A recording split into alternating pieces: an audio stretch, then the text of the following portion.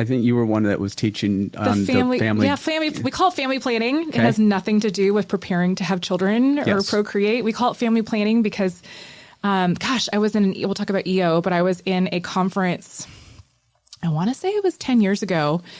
And this gentleman was saying, we are so intentional about writing business plans and goals and KPIs and North Stars for our business. Why aren't we doing that for our family?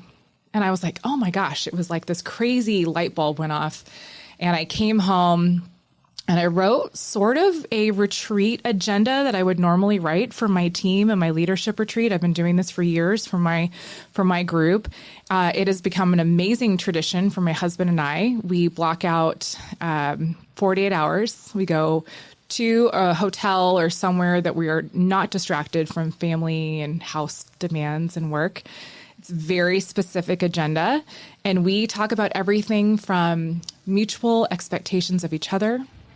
I think it's hard to talk about the hard stuff when you're in the moment of stress and emotionally charged moments, but to talk about hard things when you're not at a 10 or a 50, which sometimes I am, is really thoughtful.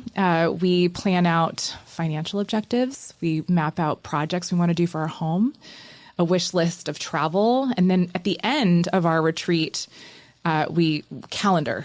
So my philosophy is if you fail to plan, you plan to fail. So we put those dates when the project's going to be done, trips with our families, date nights. We have a cabin weekends, one-on-ones.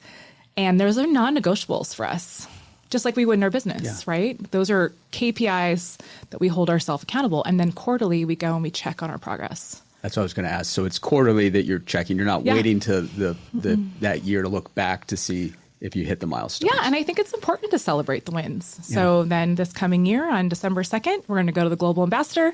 We're going to open up our year in review. We're going to show all of our traction and completion. Happy to report we're like 90% complete, which is pretty amazing. Yeah, it can never be 100. You got to have something to shoot for. A really big win. My husband wanted to do a big monumental outdoor activity. And last week he completed rim to rim to rim. 20 hours straight, 48 miles hiking the Grand Canyon rim to rim to rim.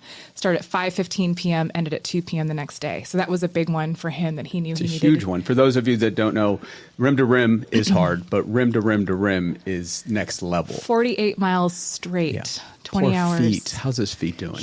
That guy's no chill. He literally came home. We had a client event that night, and then the next day he took a bunch of young men to the top of Camelback for a men's group, a leadership group that chill for that guy. And he's like, this is super easy climbing up Camelback. I keep waiting for him to tell me he's sore. He's not. So, wow. Yeah. But that was a byproduct of our family planning. So similarly in business, when you have large goals and objectives, you put a plan together, you set milestones, you calendar dates, then you accomplish, and then you reflect and you fine tune and you move on. So now, of course, he's got his next big outdoor. Yeah. No, and I think that's the Jesse Itzler mindset of that big ass calendar. Having things on the calendar means you're going to do it. Right. Yeah. Can't track what you don't measure. Right. And I think, and it seems so simple with what you just said, but I would assume so many executives or entrepreneurs, they don't make the time. And they just let life happen and home. Seriously. And then they're like, why is it so crazy? In a blink, they'll look back and you're like, oh, we haven't had a date night in 8 weeks. Or we haven't finished that house project that we've been trying to get done for 2 months. So you asked me, what's it like to have two visionaries, two entrepreneurs in the house? I think we are the most functionally sane because of the fact that we do so intentionally put this down pen to paper and then we make a plan for it.